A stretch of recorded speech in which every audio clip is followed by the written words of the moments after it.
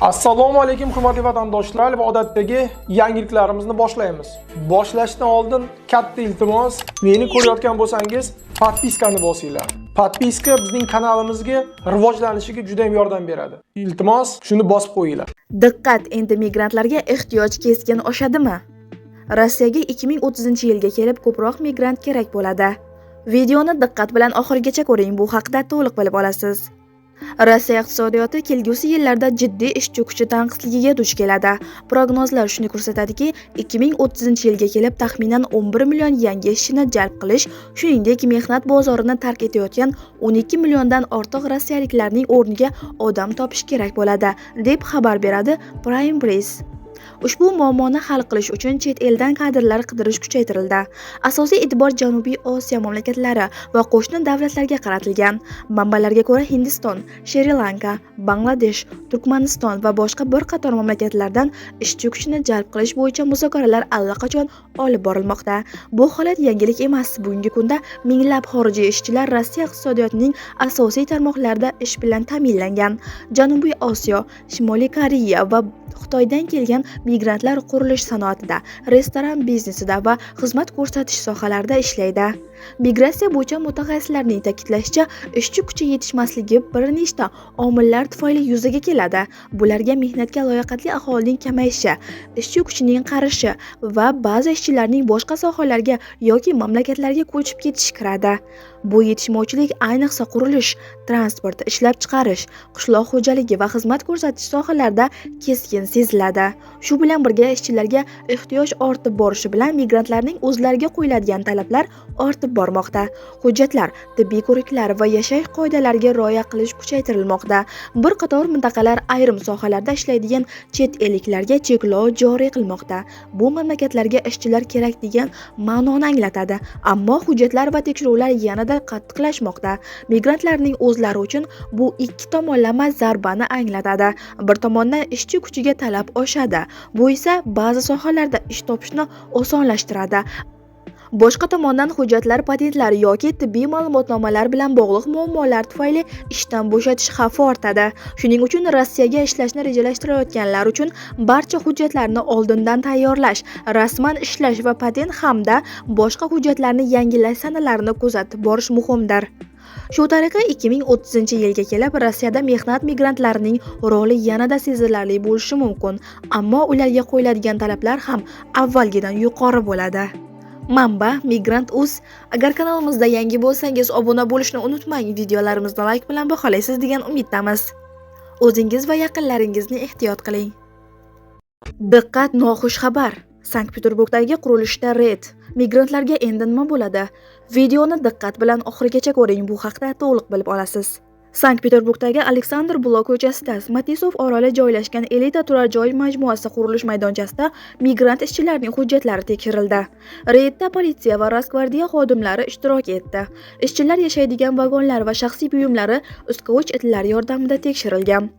Jami bo'lib taxminan 60 nafar chet ellik ishchining hujjatlari tekshirildi.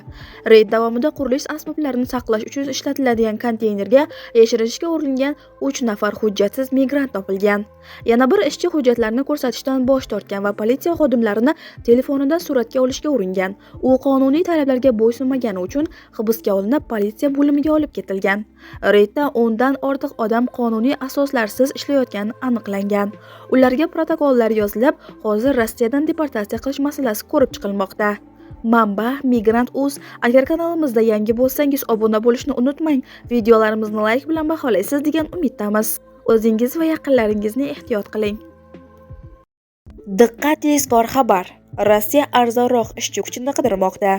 Videoni diqqat bilan oxirigacha ko'ring, bu haqda to'liq bilib olasiz. Rossiyada tobora ko'proq ish beruvchilar MDHdan kelgan an'anaviy migrant ishchi kuchidan voz kechib, Janubiy va Janubi-sharqiy Osiyodan ishchilarni yollashni boshlamoqda.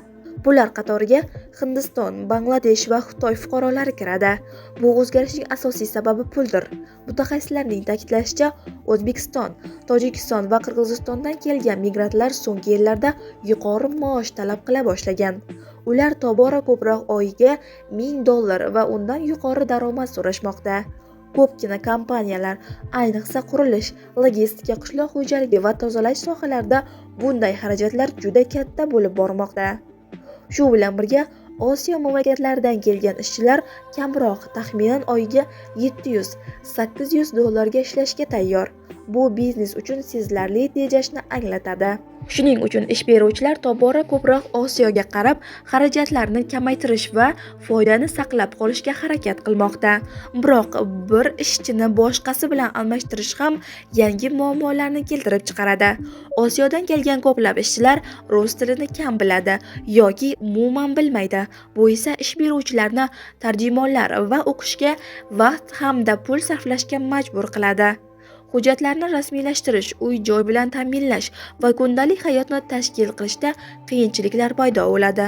Bundan tashqari, bu ishchilarning ishga, intizomga va xavfsizlikka yondashuvi odatiy yondashuvdan farq qilishi mumkin. Mutaxassislarning fikricha, bu odatiy bozor reaksiyasi. Ishchi kuchi narxi oshganda biznes arzonroq muqobilini qidiradi. Ularning fikricha, kelgusi yillarda kompaniyalar tobora ko'proq aralash jamoalarni tashkil qiladi va turli mamlakatlardan kelgan migrantlarni ish bilan ta'minlaydi. Migrantlar uchun bu raqobatning kuchayishini anglatadi.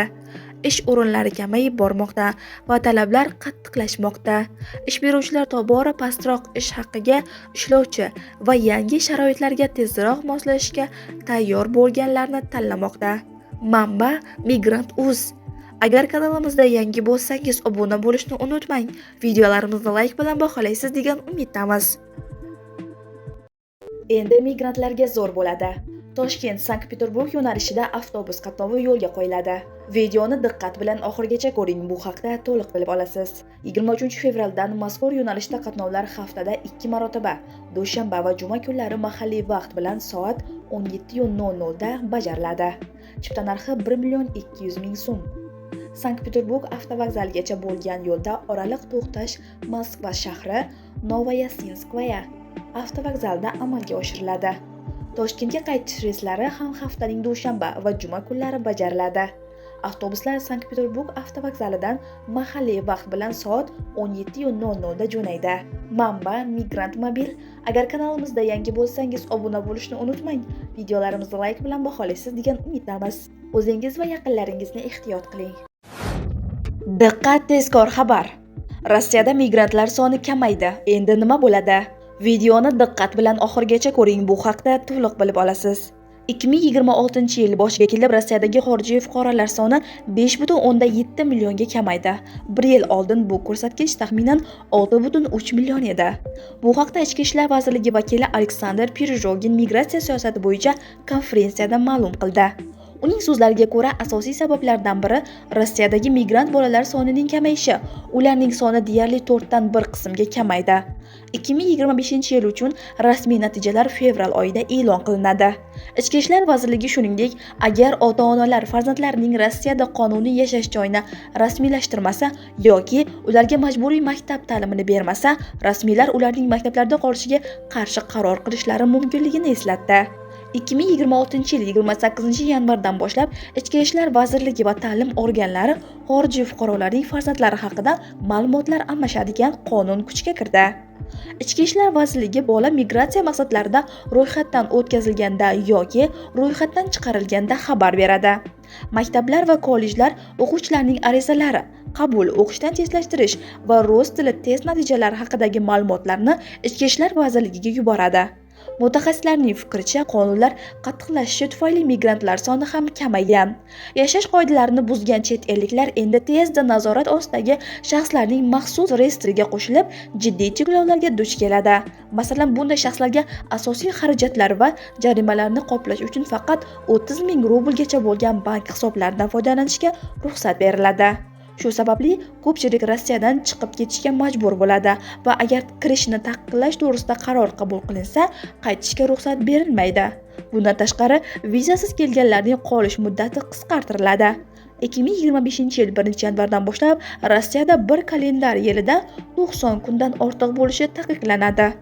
Ilgari bu muddat har 6 oylik davrda 90 kun edi. Manba Migrant.uz. Agar kanalimizda yangi bo'lsangiz, obuna bo'lishni unutmang. Videolarimizni layk bilan baholaysiz degan umiddamiz. O'zingiz va yaqinlaringizni ehtiyot qiling.